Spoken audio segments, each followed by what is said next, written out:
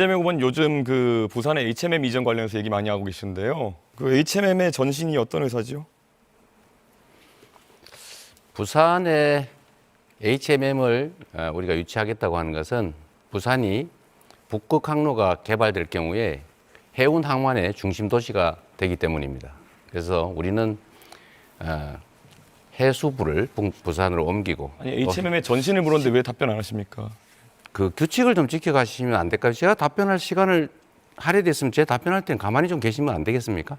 질문에 답을 안 하고 엉뚱한 걸 하고 질문을 답을 하는 중이잖아요. 자꾸 이런 식으로 다른 사람 발언에 끼어들거나 규칙을 어기는 거는 좀 사회자께서 제지해 주시면 좋겠어요.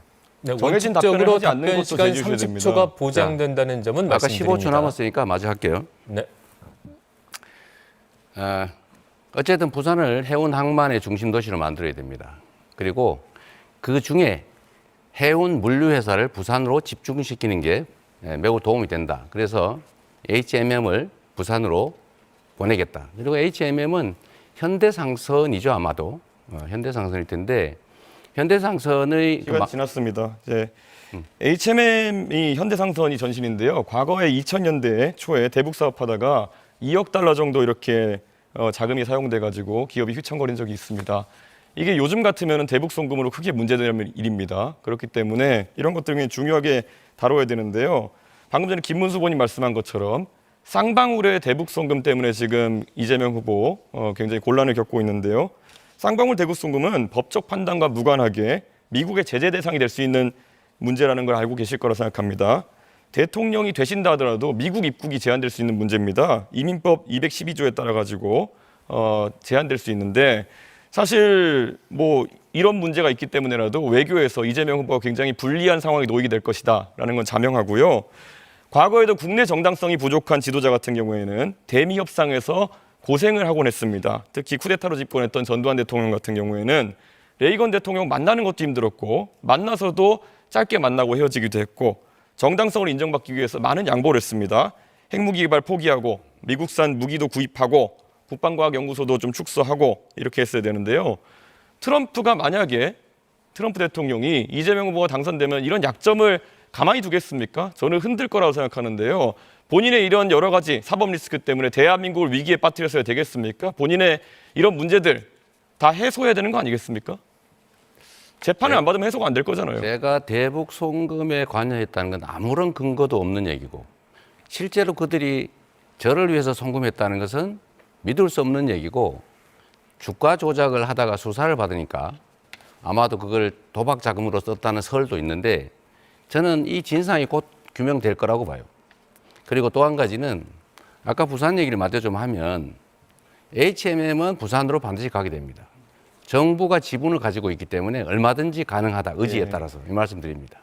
지금 그럼 쌍방울이라는 기업이 결국엔 과거에 속옷 만들었었고 이번에 대북 사업을 하기 위해서 결국에는 뭐 스마트팜이나 이런 것들을 언급하는 그런 상황인데 그게 그러면 얼마나 진실된 이야기라고 사람들이 생각하겠습니까? 쌍방울이 속옷 만들던 회사가 스마트팜을 하기 위해 가지고 북한에 송금을 하다 걸려서 도박 자금을 날려가지고 이재명으로 물고 늘어졌다. 이 해명을 트럼프가 받아들이겠습니까? 저는 그렇게 자꾸 하늘을 가리려고 하는 행동을 하지 않으셨으면 좋겠다. 그런 생각을 하고 있습니다.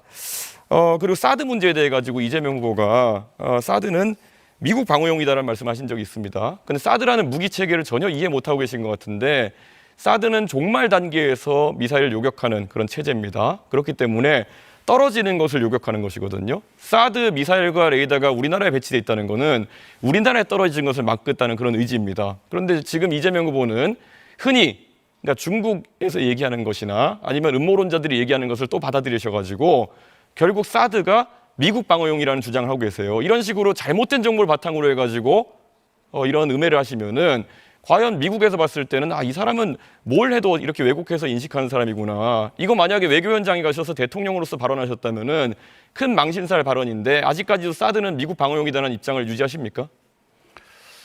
한국의 방어는 한국의 독자적인 미사일 방어 체제로 방어하는 게 맞죠.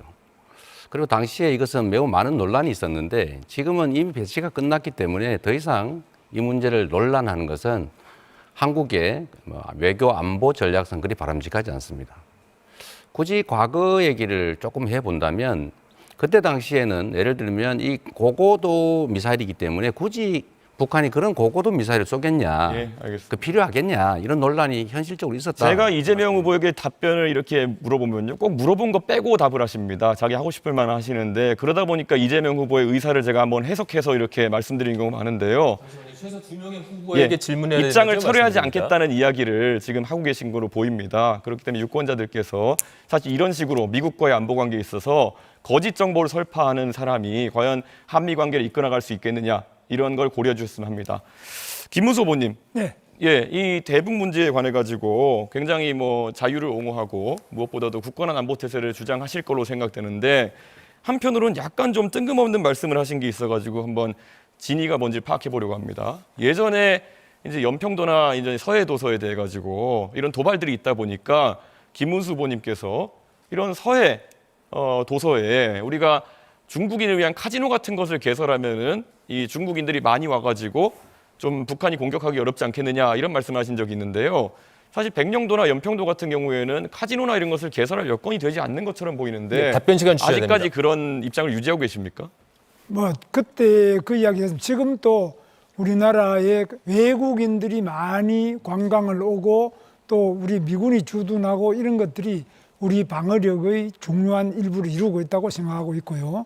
특히 중국인들도 이 서해와 가깝기 때문에 와서 그 카지노 같은 네, 경우에 주도권 토론 여기서 마무리됐습니다. 2명 이상에게 질문을 해야 되고 답변 시간은 30초를 반드시 보장해야 된다는 점 다시 한번 말씀드립니다.